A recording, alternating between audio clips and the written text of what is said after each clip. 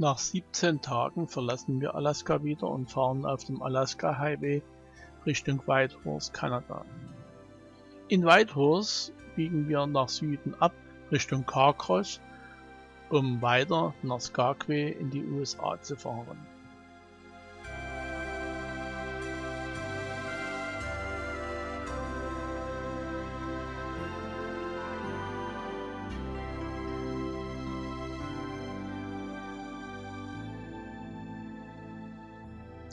Wir sind am Kluane Lake. Im Hintergrund sind die Berge des Kluane Lake Nationalparks zu sehen. Nach unserem Fotohalt merke ich, dass das Auto schlecht rollt. Wir haben uns einen Nagel in den Reifen geholt und wechseln auf das Ersatzrad. Ein paar Kilometer weiter in Haine Junction, einer 600 Seelengemeinde, lassen wir unseren Reifen reparieren.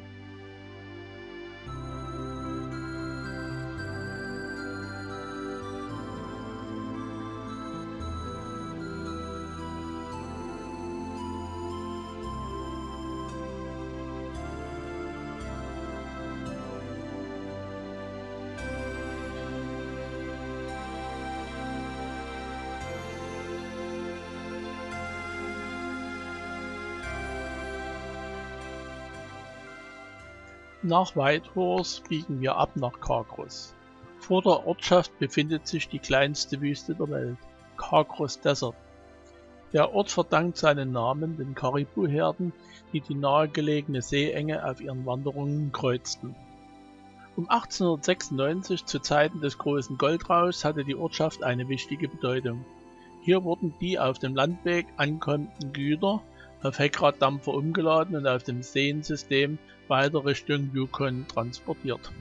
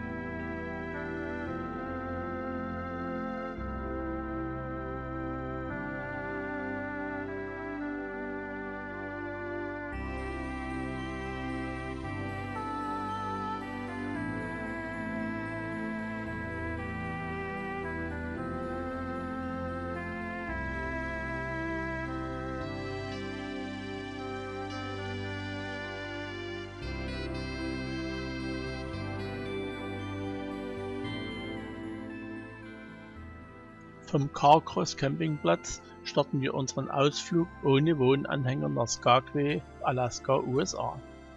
Der Klondike Highway führt uns entlang des White Pass Bergmassives an Seen und Canyon vorbei. Ein kurzer Halt an der Suspensionsbridge gibt die Möglichkeit, in eine 57 Meter tiefes Canyon zu schauen. Der Eintritt von $18, ab 75. Lebensjahr nur $9, war uns zu teuer. Die Grenzkontrolle an der USA verlief problemlos.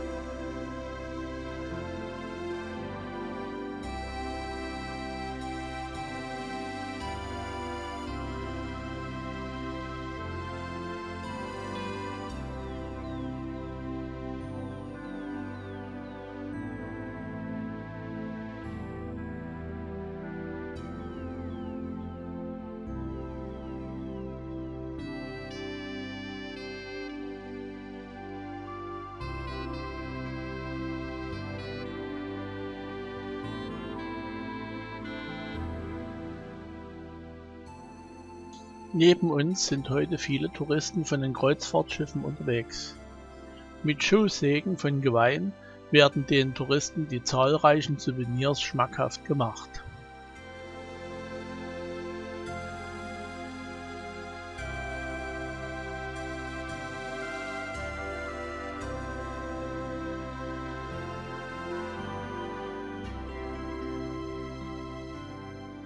Der historische Ortskern von Skagway ist sehr kompakt und wir konnten alles gut zu Fuß erkunden.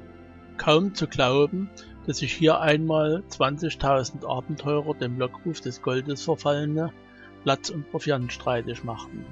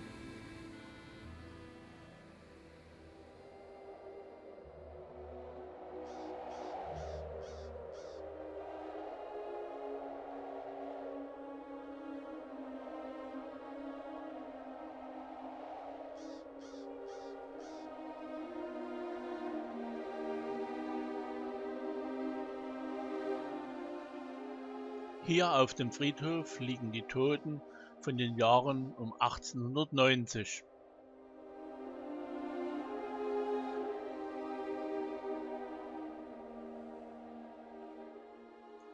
Inzwischen haben wir den Alaska Highway kurz vor Watson Lake verlassen und sind auf den Cassiar Highway mit der Nummer 37 abgebogen. Jetzt sind wir in Yade City angekommen. Hier konnten wir zusehen, wie Jadestein gewonnen und bearbeitet wird.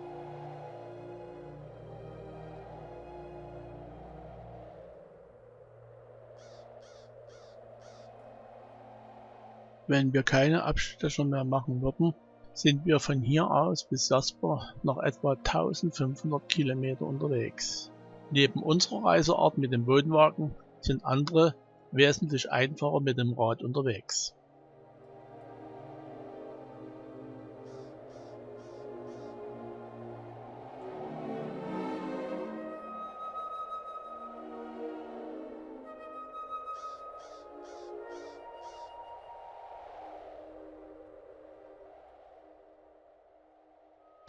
Etwa auf der Hälfte des 837 Kilometer langen Cassiar Highways, der die Straßenverbindung im Hinterland der Küstenberge von British Columbia herstellt, und zwar zwischen dem Yellowhead Highway und dem Alaska Highway, biegen wir an der Kreuzung Medicine Junction auf den Highway 37A ab. Hier gelangen wir zu den Ortschaften Stuart in Kanada und Hyder, USA-Alaska. Mehrfach zwischendurch haben wir Schwarzbärenkontakt rechts und links der Straße.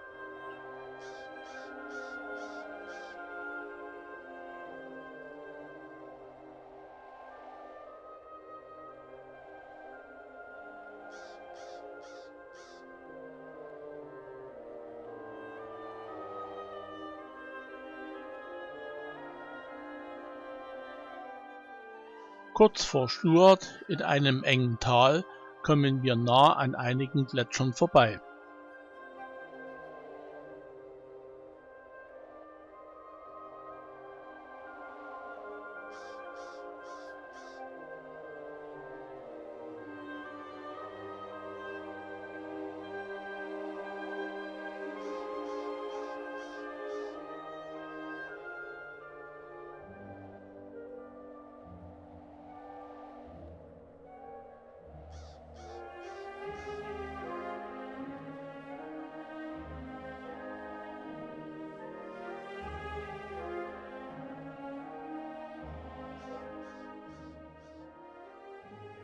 Stuart und Haider waren einst blühende Minenstädte, die nur 2 Kilometer voneinander entfernt sind.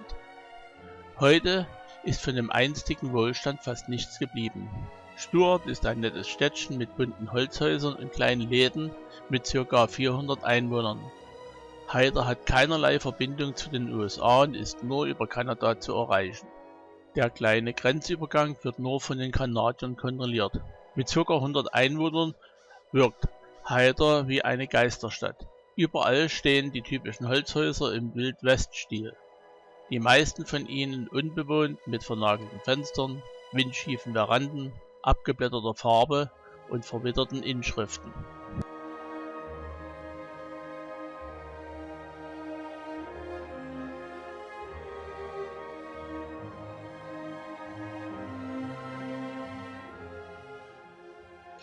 Die Attraktion von Haider ist der Fischkrieg. Hier können wir Grizzlybären und Schwarzbärenfelle erfühlen. Eigentlich sollten sich hier die Grizzlybären und Schwarzbären an den Lachsen satt fressen.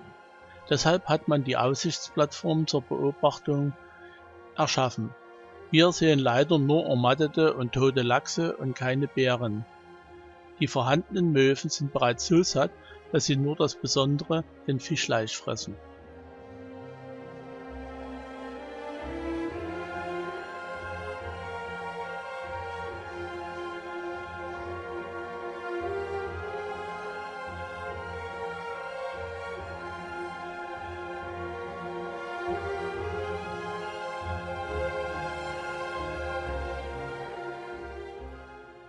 Wir fahren von der Aussichtsplattform in Haider den Salmon River bergan zum Salmon Gletscher.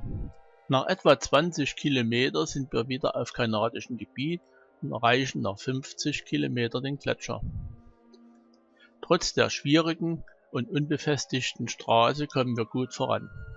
Wir sind teilweise in den Wolken und wenn sie mal aufreißen, hier auf über 1000 Meter Höhe, haben wir eine herrliche Sicht auf den Gletscher.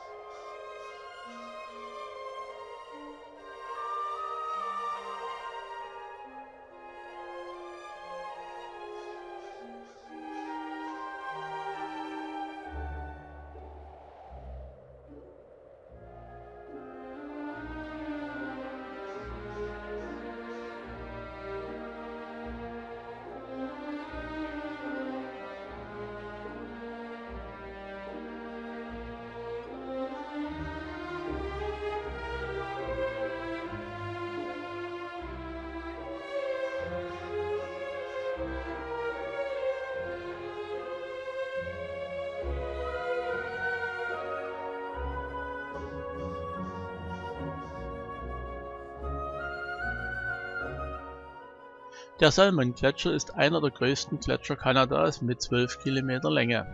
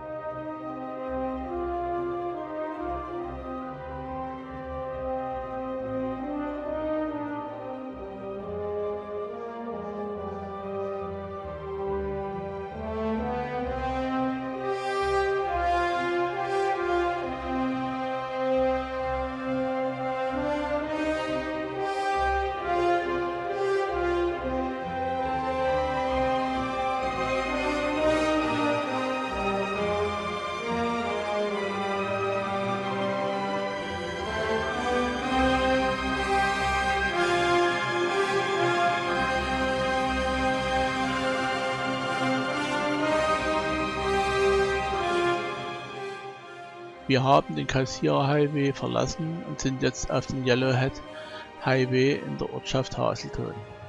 Hazelton liegt am Zusammenfluss vom Skeena und Bull Clay River.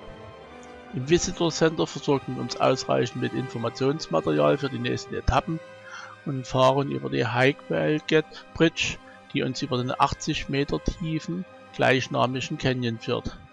In der Tiefe fließt der Bull Clay River. Wir besuchen das Museumsdorf Xan.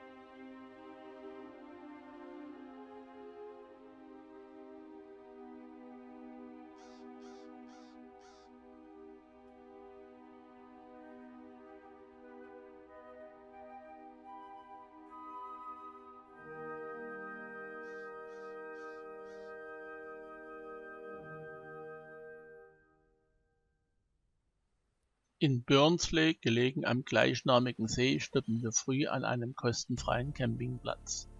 Im nahegelegenen Supermarkt decken wir uns mit Nahrungsmittel und Getränke für die nächste Zeit in den Rocky Mountains ein. Anschließend machen wir einen Solo-Ausflug zum Francis Lake, dem zweitlängsten natürlichen See Kanadas von 110 Kilometer Länge. Zurück vom Ausflug machen wir einen Bürotag. Wir müssen mal wieder die Bilder und Videos sichern und schreiben Mails, weil wir freien Internetzugang haben.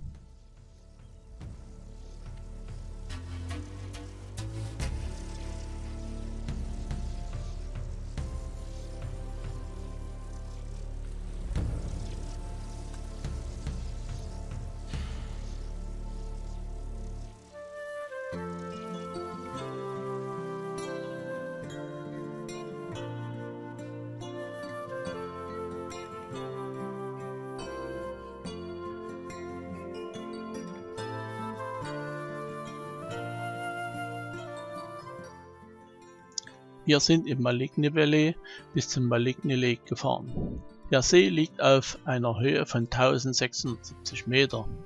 Am Seeende befindet sich das Wahrzeichen der Rocky Mountains, die Insel Spirit Island. Sie ist mit einer 90-minütigen Bootstour erreichbar. Die Fahrt zur weltberühmten Insel hat auch einen weltberühmten Preis. Deshalb verzichten wir darauf großzügig.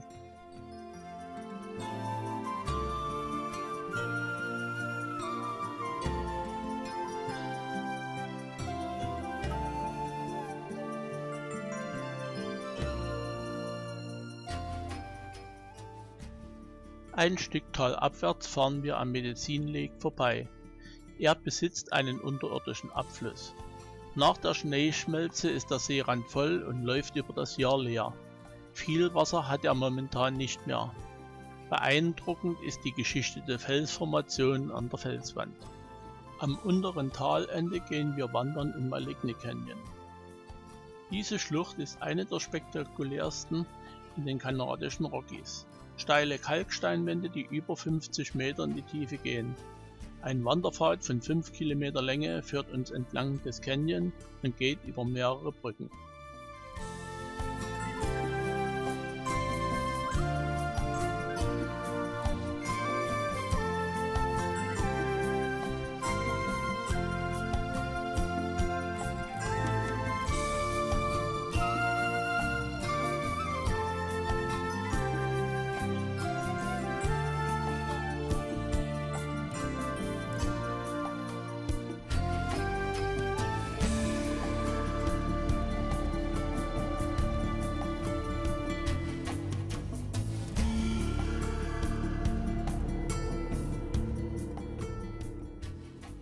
Im zweiten Anlauf machen wir Halt in Jasper.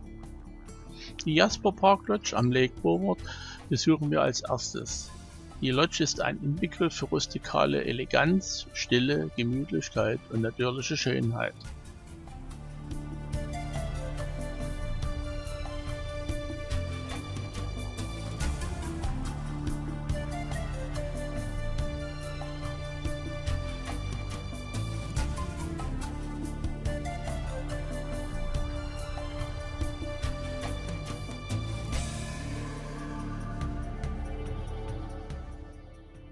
Auf unserem Spaziergang durch das Parkgelände kommen wir am See vorbei.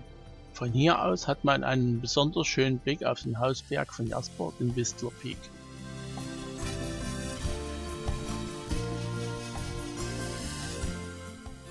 Später am Tag fahren wir mit der Seilbahn auf den Whistler Peak. Die Seilbahn startet auf 1304 Meter und endet in der Bergstation auf 2277 Meter. Wir genießen den Rundblick und wandern noch ein Stück bergan.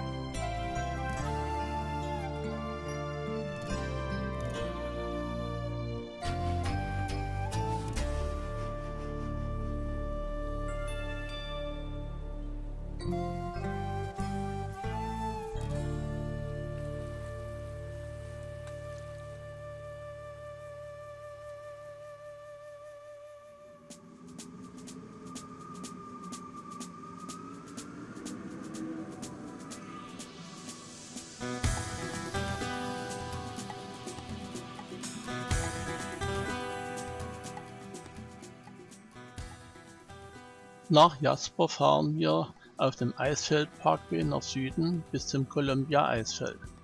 Das Eisfeld ist eine der größten Ansammlungen von Eis südlich des Polarkreises. Seine Fläche beträgt 325 Quadratkilometern. Die Eisdicke wird angegeben mit 100 bis 365 Meter und die jährliche Schneefallmenge bis zu 7 Meter. Das Eisfeld ist das Nährgebiet mehrerer großer Gletscher, unter anderem den Athabasca, den Kastelgouard, Columbia und Saskatchewan-Gletscher, um nur einige wenige zu benennen. In der Umgebung des Eisfelds befinden sich auch die höchsten Berge der kanadischen Rocky Mountains, alle zwischen 3500 und 4000 Meter.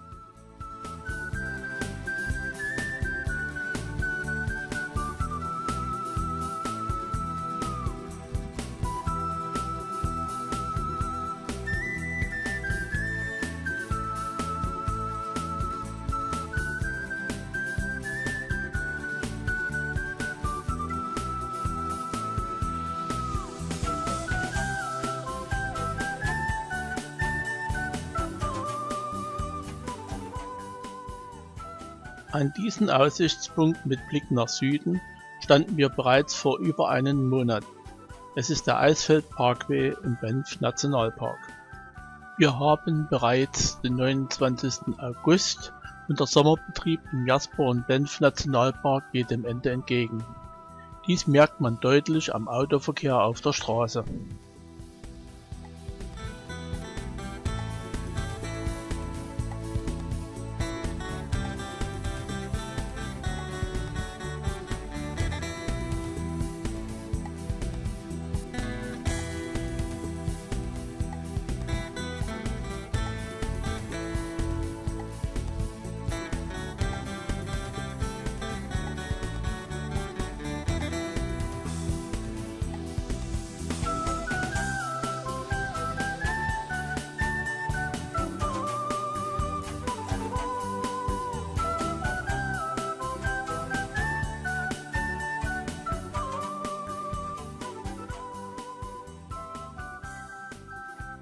Wir sind wieder in der Stadt Banff und schauen auf den Sulphur Mountain, auf dem wir bereits im Juli waren.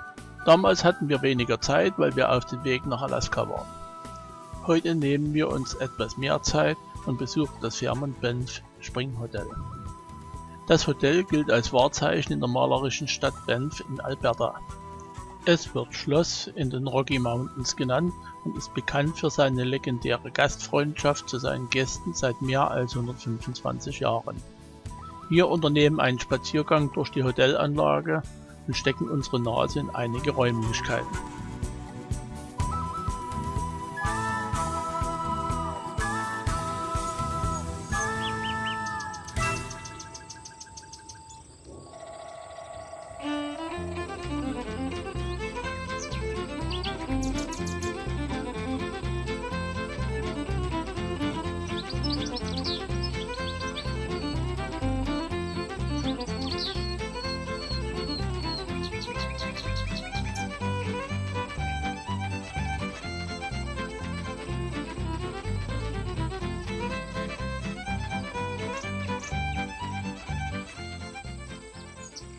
Nach dem Besuch des Banff Spring Hotels gehen wir baden in einer weiteren Sehenswürdigkeit von Banff. Die heiße Quelle wurde 1884 entdeckt und ist als Bad seit 1886 nutzbar. Die enthaltenen Minerale geben bei einer Wassertemperatur von 37 bis 40 Grad Celsius ein Wohlgefühl. Wir verlassen Banff und fahren in Richtung Calgary. Vor uns liegt ein Wochenende. Wir merken es am Gegenverkehr aus Calgary. Sie wollen alle in die Berge.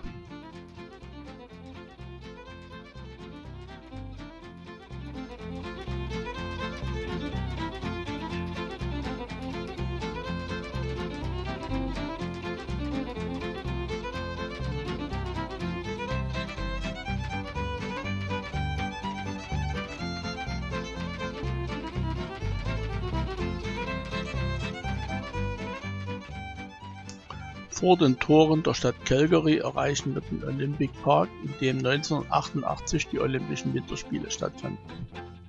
Jetzt im Sommer können sich hier die Adrenalin-Junkies austoben, zum Beispiel auf einer Sommerrodelbahn oder auch auf 25 Kilometer Mountainbike-Abfahrten.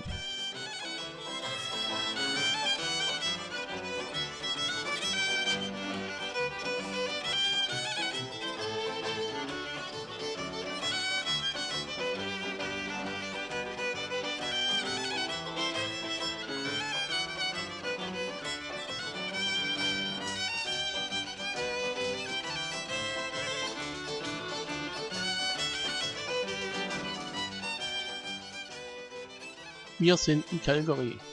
Um uns einen Überblick über die Stadt zu verschaffen, fahren wir als erstes auf den Calgary Tower und genießen den Rundblick. Anfang Juli wollten wir bereits Calgary anfahren. Im kanadischen Westen kam es aber zu dieser Zeit zu ungewöhnlich heftigen Regenfällen. In der Stadt fließen der Bow River und der Elbow River zusammen und traten über die Ufer. Etwa 75.000 Menschen mussten aufgrund der Wassermassen ihre Wohnungen verlassen.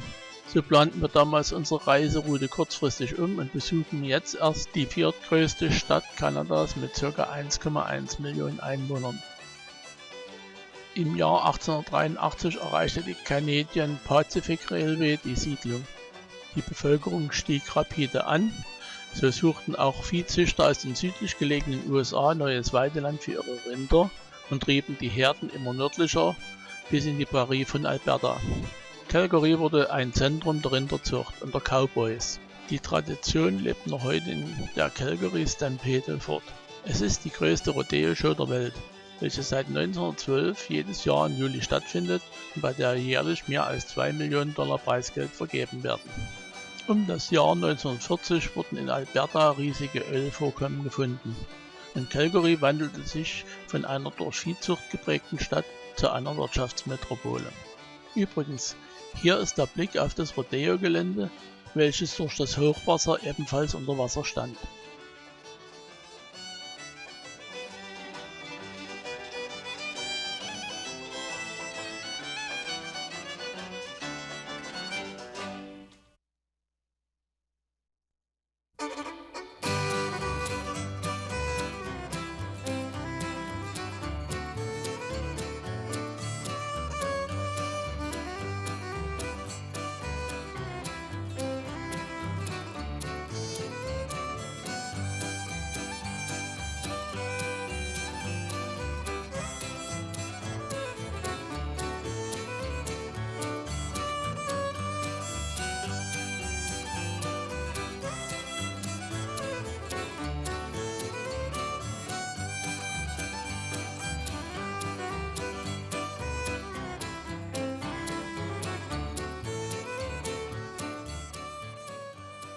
Zum Schluss gehen wir entlang der Fußgängerzone der Steffens Avenue durch die Stadt.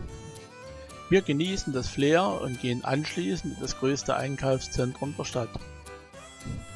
Da die Geschäfte wie überall aussehen, genießen wir die in der zweiten Etage vorhandene kleine Parkanlage. Man kann sich vorstellen, dass im Winter, wenn draußen minus 40 Grad sind, der Aufenthalt hier bestimmt sehr angenehm ist.